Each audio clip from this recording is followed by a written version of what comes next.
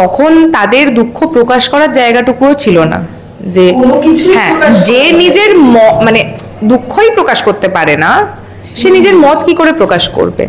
তো আমার অনেস্টলি ওনার মতন করে আমার ভাবতে হচ্ছে, সবটাই আমি চেষ্টা করছি আপ্রাণ, বাকিটা দর্শক বলতে পারবে আমি কতটা তাদের মন জয় করতে পারছি। এটাই আমার জীবনে ওইটা হচ্ছে আমার মানে সর্বশ্রেষ্ঠ কঠিন সময়। তারপরে আমার লাইফে যে কোনো হার্টব্রেক হোক, বন্ধুর সাথে সম্পর্ক বিচ্ছিন্ন হয়ে যাওয়া হোক, কাজে কোনো ধাক্কা হোক, ওই ফেসটা বোধহয় ছুতে পারবে না কোনো।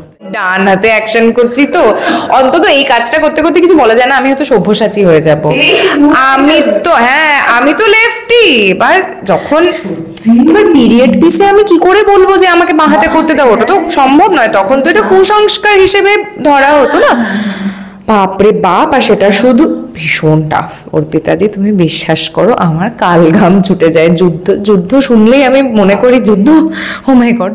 আমি কাঁদলে মায়ের খুব কান্না পায়, খুব কান্না পায়। আসলে মানে নিজে জীবনে আমাকে কাঁদতে খুব কম দেখেছে আমার মা। আমি ভীষণ মানে স্ট্রং, স্টার্ডি, টাচউড বাবা, ঠাকুরের কৃপায় আর আমার মা বাবার এত সুন্দর সলিড আপব্রিঙিং এ আমি ভীষণ মানে আমি এটা শো অফ করছি না, বাট আমাকে ইজিলি দুঃখ দেওয়ার মতন কিছু হয় না।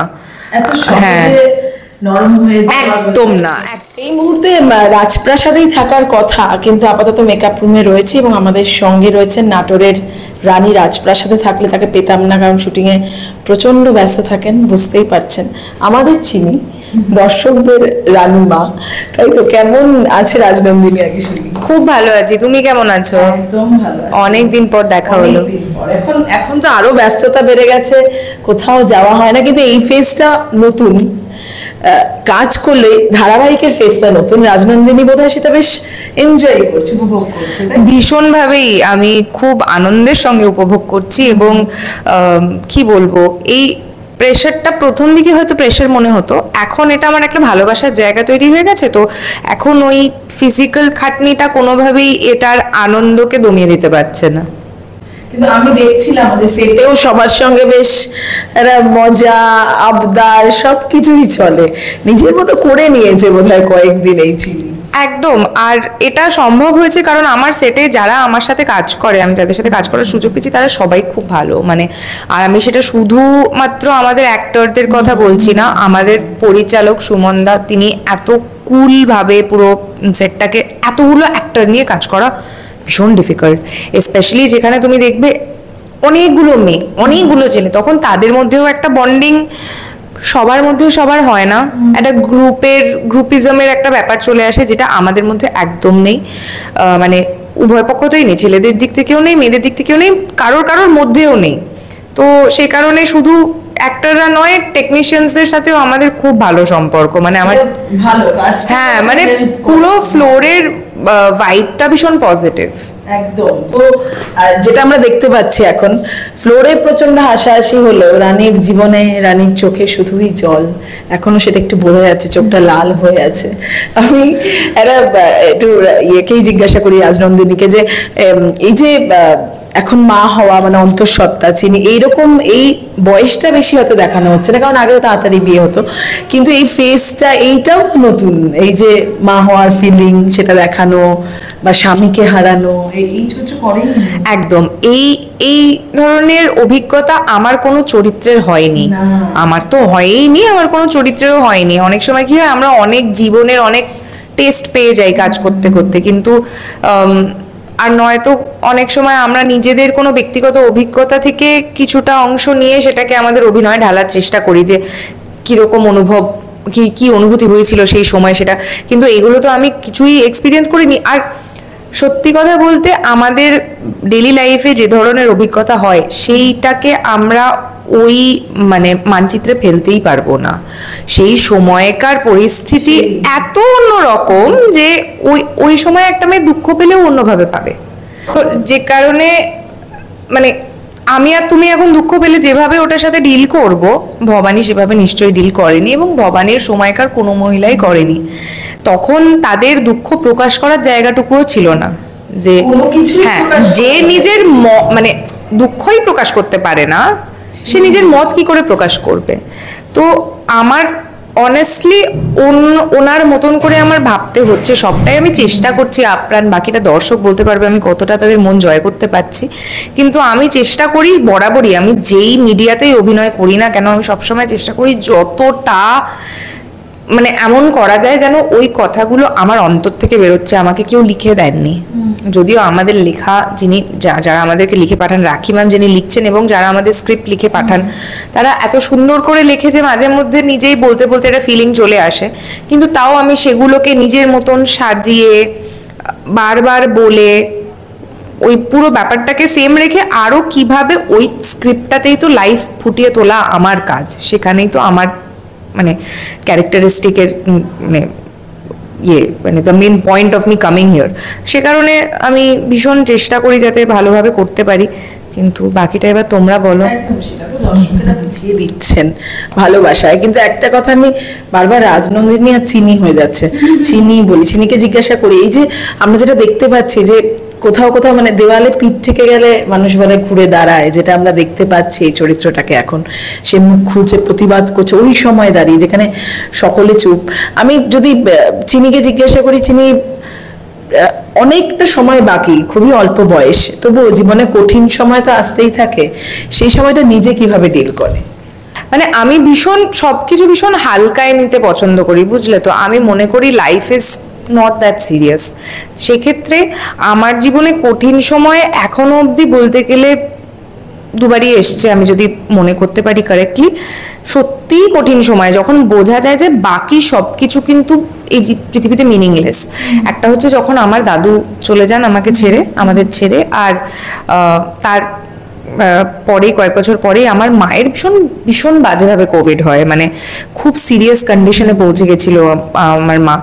তো এই দুটো সময় ছাড়া আমি খুব মানে ঠাকুরের কাছে গিয়ে বিনতি করেছিলাম আমি ওই সময়টা। এমনিতে আমি যখন ঠাকুরের কাছে কিছু চাই আমি ভীষণ বাচ্চার মতন করে চাই, যে মানে আমি আবদার করতে গেছি, দেখো ম্যাথসে কিন্তু আমি পারি না, আমাকে ব্যবস্থা করে দাও, দেখো আমার স্ক্রিপ্টটা মুখস্থ হচ্ছে না, ব্যবস্থা করে দাও। হ্যাঁ, মানে আমি সরস্বতী পুজোতে গিয়ে আমার পড়াশোনা যেদিন শেষ হয়েছে আমি সেদিন থেকে আমার স্ক্রিপ্ট রাখা শুরু করেছি। তো আমার ঠাকুরের সাথে ঠিক ভবানীর, এখানে মা ভবানীর সাথে যেরকম সম্পর্ক, যারা দেখেন আপনারা জানবেন যে ও মা ভবানীর সাথে কিন্তু একদম নিজের বন্ধুর মতন কথা বলে। মাকে খেতে দিলে বলে তুমি পেট ভরে খেও, কিন্তু মানে এই ধরনের আমরা তো ঠাকুর মানে আমরা যেটা করি সেটা কিন্তু ভবানীর সাইকোলজিতেই নেই। মানে মা ভবানী যেন ওর গাইড বটে, মেন্টর বটে, কিন্তু ওর সইও। তো আমিও ঠিক সেইভাবেই ঠাকুরের সাথে আমার একটা রিলেশনশিপ, কিন্তু ওই দুটোবারই আমার মনে হয় যে আমি ঠাকুরকে গিয়ে মন থেকে চেয়েছি যে আমার দাদু যখন চলে যান আমি বলেছিলাম যে এত দুঃখ আই ক্যানট টেক, কিছু করো। আর আমার মায়ের ক্ষেত্রে আমি বলেছিলাম যে আমার থেকে সব নিয়ে নাও, কিন্তু আমার মাকে ঠিক করে দাও, সুস্থ করে দাও। আর আমি জানি না এটা ডেফিনেটলি যেই ডাক্তার আমার মাকে তখন প্রেসক্রাইব করে তিনি এসে আমার মাকে বাঁচিয়েছেন, কিন্তু কোথাও না কোথাও আমি বিশ্বাস করি যে ওই ডাক্তারকে সেই সময় পাওয়াটা একটা ডিভাইন ইন্টারভেনশন, কারণ আমার মা অলরেডি অন্য কারোর প্রেসক্রিপশনে চলছিলেন। তো সেই সময়টা আর মানে সেকেন্ড ওয়েভে আমরা সবাই জানি মানে অমানবিকভাবে অক্সিজেন সিলিন্ডার নিয়ে যাওয়া হয়েছে। তো সেই সময়টাই আমার জীবনে ওইটা হচ্ছে আমার মানে সর্বশ্রেষ্ঠ কঠিন সময়। তারপরে আমার লাইফে যে কোনো হার্টব্রেক হোক, বন্ধুর সাথে সম্পর্ক বিচ্ছিন্ন হয়ে যাওয়া হোক, কাজে কোনো ধাক্কা হোক, ওই ফেসটা বোধহয় ছুতে পারবে না কোনোটাই না। কিন্তু যাই হোক এই ফেসগুলো আমাদের স্ট্রং করে, এবং তো আমার মনে হয় চিনিকেও অনেকটা পরিণত করেছিল। একদম একদম একদম। আর এটা মানে আমাদের শোয়ের ক্ষেত্রেও একদম ঠিক। তুমি দেখবে যে ভবানী যে কোনো চক্রান্তেই পড়ুক না কেন, ও 99% সবসময় চেষ্টা করে নিজে কিভাবে লড়ে এটা থেকেও বেরিয়ে আসতে পারবে, কিন্তু ওর পিঠ যখন দেওয়ালে ঠেকে মা ভবানী ঠিক কোনো না কোনো রূপ ধারণ করে এসে কিন্তু ওর সহায় হন। তো আমারও সব কঠিন সময় আমার বাড়িতে একজন আছেন, আমার মা, তিনি এসে আমার সহায় হন। আচ্ছা, এই যে এত কান্নাকাটি দেখে কি বলছেন মা শুনি? মা, আমি কাঁদলে মায়ের খুব কান্না পায়, খুব কান্না পায়। আসলে মানে নিজে জীবনে আমাকে কাঁদতে খুব কম দেখেছে আমার মা। আমি ভীষণ মানে স্ট্রং, স্টার্ডি, টাচউড বাবা, ঠাকুরের কৃপায় আর আমার মা বাবার এত সুন্দর সলিড আপব্রিঙ্গিং এ আমি ভীষণ ভীষণ, মানে আমি এটা শো অফ করছি না, বাট আমাকে ইজিলি দুঃখ দেওয়ার মতন কিছু হয় না। হ্যাঁ, নরম হয়ে একদম না, একেবারেই না। আর আমি অনেক ছোট বয়স থেকেই কাজ করছি, মানে আমার মা যেরকম 16 বছর বয়সে শুরু করেছিলেন, আমি 18 বছর বয়স থেকে কাজ করা শুরু করেছি, 17 বছর বয়স থেকে কাজ করা শুরু করেছি। তো সে কারণে আমি অনেক কিছুই অনেক তাড়াতাড়ি বুঝেছি, তাড়াতাড়ি রিয়েলাইজ করেছি। আমার বাবার সাথে কাজ করতে গিয়ে দেশ বিদেশ ঘুরেছি, অনেক মানুষের সাথে দেখা হয়েছে। আমি ছোট ছোট জিনিস, ইনসিগনিফিকেন্ট জিনিস আমাকে খুব বদর করতে পারে না। তো সে কারণে এখানেও যখন আমি কাজ করি, যখন আমি প্রচন্ড এক্সস্টেড হয়ে পড়ি, কারণ মেগা অন্তত একটা হিরোইনের জন্য খুব চাপের। এটা ভীষণ, শুটিং ব্যাপারটাই কিন্তু ভীষণ ভীষণ মানে ক্লান্ত করে দেওয়ার মতন একটা কাজ।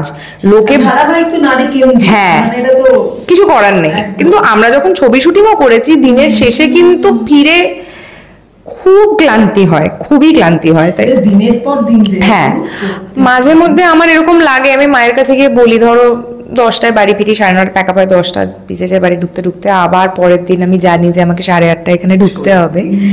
তো সেটা আমি মায়ের কাছে গিয়ে কখনো কখনো বলি যে মা খুব ক্লান্ত হয়ে পড়েছি, স্কুল যাওয়ার মতন, কালকে আবার 8:30 পড়তে যাব না, এরকম একটা ব্যাপারে ছুটি নেওয়ারও কি এখানে। তো আমি সেটা নিজে চাইলেও পারবো না, মানে আমি জানি আমার উপর কত বড় একটা দায়িত্ব। হ্যাঁ, আর তারপর এটা বলা মাত্রই কান্ত লাগছে, সেটা বলা মাত্রই আমি মনে করি যে এত সুন্দর একটা কাজ আমার কাছে আছে, যেখানে আজকে কত মানুষ উঠে ভাবে যে আমি কাজে যেতে পারবো কি পারবো না। এত সুন্দর, এত সেফ, এত ভালো মানুষের সাথে আমি কাজ করি, আমাদের ফ্লোরটা এত পজিটিভ, আমাদের প্রডিউসাররা এত positive. I am so happy to B here, যে ওইটা ভাবলেই পর মুহূর্তে আমার ক্লান্তি কেটে যায়। একদম, যাক এইভাবেই ক্লান্তি কাটুক। আরো আমরা লড়াই দেখবো, সামনে প্রচুর লড়াই বাকি আছে, এবং এই লড়াইটা জীবনের লড়াই সকলেরই চলতে থাকে, শুধু রানী ভবানীর নয়, চিনিরও চলতে থাকুক। সবসময় ও জিতবে আমরা জানি। শেষ করব, কিন্তু শেষে দর্শকদের কি বলবে? দর্শককে এটুকুই বলবো, প্রথমত আমি তো তোমাদেরকে বলতেই পারবো, প্রথমত তো আর হলো না, কিন্তু আমি তোমাদেরকে অনেক অনেক শুভ বিজয় আমি তোমাকে পার্সোনালি করে দেবো। আমার খুব ভালো লাগলো যে ফাইনালি রানী ভবানীর সেটে আমাদের একটা ইন্টারভিউ হলো। এটা আমি খুব মিস করছিলাম এটা এতদিন ধরে। তোমরা ফাইনালি এলে, আমার খুব ভালো লাগলো। আরো যেন পরের বছর, তারপরের বছর, তারপরের বছর এরকম করে আমরা যেন ইন্টারভিউ করতে থাকি, আর সেটা সম্ভব হবে একমাত্র আপনাদের ভালোবাসায়। আপনারা আমাদের পাশে থাকবেন। রানী ভবানীর পাইলট এপিসোড টেলিকাস্ট থেকে যেই রেসপন্স আমরা পেয়েছি, আমরা সত্যি সকলে, আমি পুরো রাজরাজেশ্বরী রানী ভবানীর টিমের তরফ থেকে আপনাদের সকলকে ধন্যবাদ জানাবো আমাদের এত ভালোবাসা দেওয়ার জন্য। এইভাবেই যেভাবে আমাদেরকে গ্রহণ করেছেন, আগলে রাখবেন, আমরাও আপনাদেরকে আগলে রাখবো। আপনাদের জন্যই কাজটা করি, দেখতে থাকবেন রাজরাজেশ্বরী রানী ভবানী। আচ্ছা, একটা কথা শেষ করব, যে অ্যাকশনটা তো ভালোই শিখে গেছে বোধহয়, কাজে লাগবে বোধহয় এটা চিনির ব্যক্তিগত। ডান হাতে অ্যাকশন করছি তো, অন্তত এই কাজটা করতে করতে কিছু বলা যায় না, আমি হয়তো সভ্যসাচী হয়ে যাব। আমি তো লেফটি। এবার পিরিয়ড পিসে আমি কি করে বলবো যে আমাকে বাঁ হাতে করতে দাও? ওটা তো সম্ভব নয়, তখন তো এটা কুসংস্কার হিসেবে ধরা হতো না। বাপরে বাপ, আর সেটা শুধু ভীষণ টাফ। অর্পিতাদি, তুমি বিশ্বাস করো, আমার কাল ঘাম ছুটে যায়। যুদ্ধ শুনলেই আমি মনে করি যুদ্ধ, ও মাই গড, যুদ্ধ। আমি কি একা লড়তে যাচ্ছি নাকি? অন্তত আমার সাথে সত্য বা দয়ারাম বা আগের আমকান্ত সবাই গেলে আমি জানি যে বাকিদেরও শর্ট হবে, তখন আমি একটু জিরিয়ে নিতে পারবো হাতটাকে। আমার একদম জোর নেই হাতে, কিন্তু সবার সাপোর্টে আমি তাও পারছি। আর এটা তো শুধু যুদ্ধ নয়, বাঁ হাত তো আমার সবকিছু করতে এগিয়ে যায়, লোককে ভোগ প্রদান করতে গিয়ে এগিয়ে যায়, খাবার দিতে গিয়ে এগিয়ে যায়, সারাক্ষণ মাথায় রাখি। আর সুমনদা আছে মনিটরের পেছনে থেকে, আই মা কেন সঙ্গে সঙ্গে। এখন বাড়িতেও যখন খাবার বাড়ি, ডান হাত দিয়ে খাবার বাড়ি অভ্যেস হয়ে গেছে। রান্নার থেকে প্রাপ্তি চিনি, যাই হোক, কোনোটাই ভুল নয়, দুটোই ঠিক, যে কোনো হাতেই দিতে পারে, কিন্তু ধারাবাহিকের ক্ষেত্রে করতে হচ্ছে। থ্যাংক ইউ সো মাচ, খুব ভালো থাকোই বলছি, ভালো থাকুক, আরো ভালো হোক। একদম, থ্যাংক ইউ, তোমাকেও অনেক ধন্যবাদ। Thank you.